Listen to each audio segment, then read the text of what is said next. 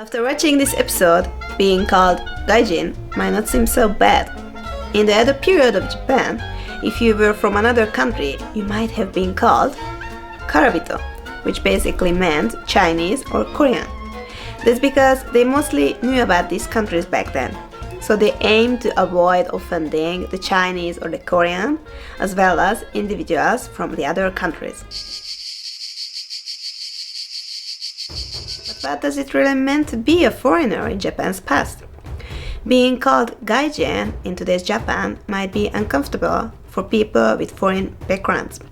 In this video, I'll explore this sensitive topic without taking sides, aiming instead to provide an objective perspective rooted in Japanese history. We'll explore why foreigners were grouped together and labeled during the Edo period, showing that the term doesn't always carry negative meaning. Let's take a little time travel to early modern Japan. Japan's isolation in the Edo period is well known, but it still had some contact with other countries through the so-called four-window system. You might not know, but this system made it possible for people in some areas to meet those from countries like Dutch, Chinese, Koreans, and Ainu.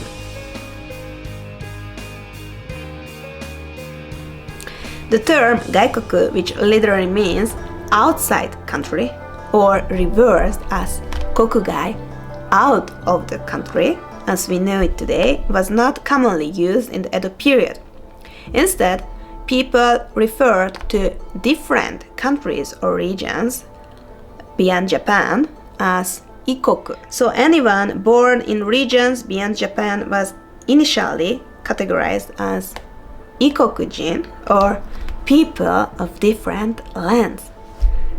This term is quite accurate, isn't it? But what exactly did ikokujin mean for a Japanese person during the Edo period?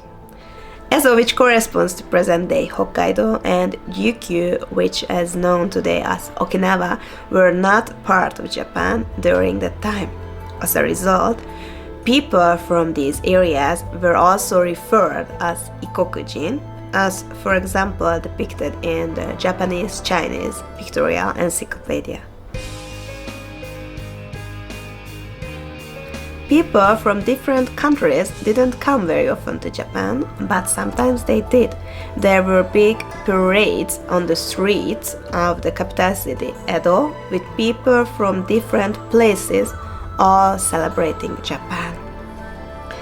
It's interesting to note that they didn't just know about real places like the Ryukyu kingdom, they also imagined folks from lands with long feet, or even those with a hole on their chest. In the next part of this video, we'll talk about more of this topic, the formation of cultural identity, and how to respond when labeled as gaijin in Japan. Stay tuned!